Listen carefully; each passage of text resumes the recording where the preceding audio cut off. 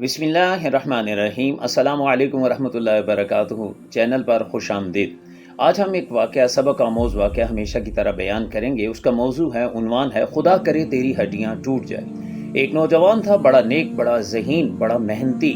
پڑھ لکھ کر وہ ایک اچھی جاب کے اوپر لگا اور پھر اس کے بعد اپنے ماں باپ کی رج رج کر جی بھر کر خدمت کرنے لگا۔ ہر نوجوان کی طرح اس کا بھی ایک خواب تھا، ہمارا ایک اچھا سا مکان ہو اور جس میں اپنے ماں باپ کے ساتھ رہوں اور میرے ماں باپ میری خوشیاں دیکھیں۔ مکان بنوا رہا تھا۔ ایک دن وہ مکان کا معائنہ کرنے کے لیے وہاں پر گیا تو مستری اور مزدور وہاں پر کام کر رہے تھے۔ وہاں پر کام کا معائنہ کرتے کرتے ایک دیوار کے قریب پہنچا اور پھر اس کے بعد ایسا ہوا کہ وہ دیوار کے قریب جیسے ہی گیا اور کام چیک کر کے دور ہٹنے لگا دیوار سے، تو وہ دیوار اچانک اس پر گری اور وہ ملبے کے نیچے دب گیا۔ جب وہ نوجوان لڑکا ملبے کے نیچے دبا، شور مچ گیا، کوہرام مچ گیا۔ اب ہوا یہ کہ تمام تر مزدور، ٹھیکیدار وغیرہ، مستری وغیرہ آئے، انہوں نے ہٹا کے اینٹیں جیسے تیسے کر کے نکالا۔ ہاسپٹل میں جا کر انہوں نے جو ہے وہ اسے پہنچایا، اس لڑکے کو۔ تو جب اسے پہنچایا تو یہ اطلاع ادھر اس کے گھر میں پہنچا دی گئی کہ تمہارے بیٹے کے ساتھ یہ معاملہ ہو چکا ہے۔ دکھیاری ماں، دکھیارا باپ، روتے پیٹتے، ان کے لیے تو ایک قیامت تھی۔ وہ دوڑتے پیٹتے کسی طرح ہاسپٹل پہنچے۔ وہاں پر ڈاکٹروں نے جب اپنا بیٹا ان کا دکھایا تو ماں کا تو کلیجہ پھٹ گیا۔ ماں بار بار اسے دیکھتی، روتی، اور جب واقعہ سنا کہ اس پہ تو پوری دیوار گری ہے اور اس کی ہڈیاں ٹوٹ چکی ہیں تو روتی روتی آج اسے ماں کو یہ دکھ تو سامنے نظر آ رہا تھا، ساتھ ساتھ وہ ماں ایک بات پر بڑا پچھتا بھی رہی تھی کہ بچپن کے اندر ایک مرتبہ یہی لڑکا، یہی بچہ جو ہے وہ گھر میں کھیل رہا تھا، دیوار کے اوپر ایک ڈیکوریشن پیس ماں نے ٹانگا ہوا تھا۔ اس وقت ماں جوان تھی، بچہ چھوٹا تھا۔ بچے سے جانے انجانے میں وہ پیس جو ہے، ڈیکوریشن پیس، وہ گرا اور گر کر ٹوٹ گیا تھا۔ ماں غصے کے اندر آئی اور نادانی کے اندر ہی مایوس اور منفی ذہن کے تحت فوراً بددعائیں دینا شروع کر دیں۔ پہلے تو مارا پیٹا، پھر ڈانٹتے ڈانٹتے یہ بددعا دے گی، اللہ کرے جس طرح تم نے اس دیوار کے اوپر ڈیکوریشن پیس کو گرایا، کاش اللہ کرے تیرے اوپر یہ دیوار گرتی اور تیری ہڈیاں ٹوٹ جاتی تو بہتر ہوتا۔ اس ماں کی آج بددعا پوری اس کے سامنے ہاسپٹل کے اوپر، بیڈ کے اوپر، اس کے بیٹے کی شکل میں پڑی ہوئی تھی۔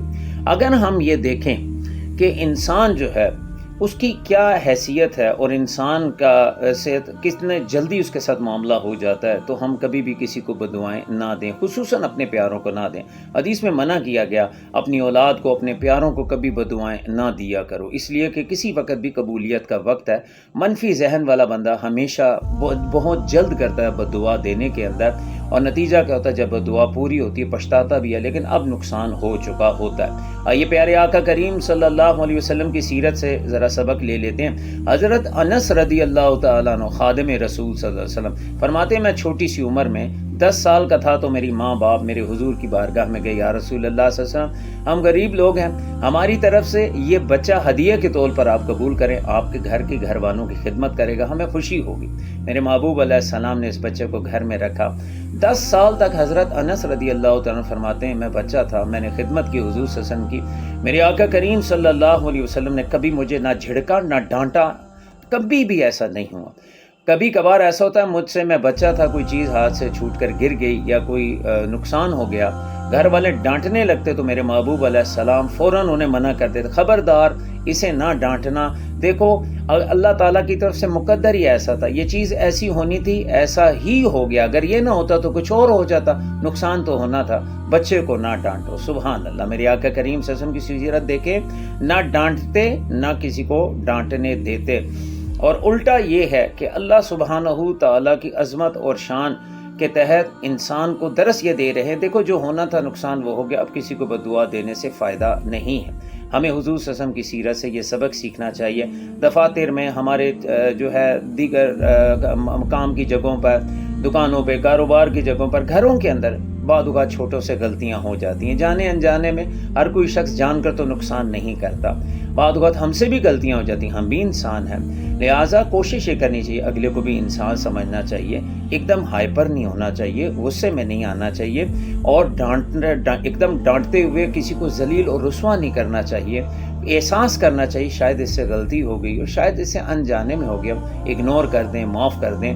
اور خصوصاً اگر آپ دیکھیں کوئی ڈانٹ رہا ہے اور بددعائیں دینے لگا تو اسے محبت سے روک دیں، وہ انداز کریں جو میرے پیارے آقا کریم صلی اللہ علیہ وسلم کا انداز ہے کہ دیکھیں اسے ڈانٹنے سے کیا فائدہ، جو نقصان ہونا وہ تو ہو چکا، لہٰذا اسے بددعائیں دینے یا اسے ڈانٹنے سے کوئی فائدہ نہیں ہوگا سوائے نقصان کے۔ اللہ مجھے اور آپ کو اللہ کے محبوب علیہ الصلوۃ والسلام کی سیرت کے اس خوبصورت پہلو پر عمل کرنے کی توفیق عطا فرمائے۔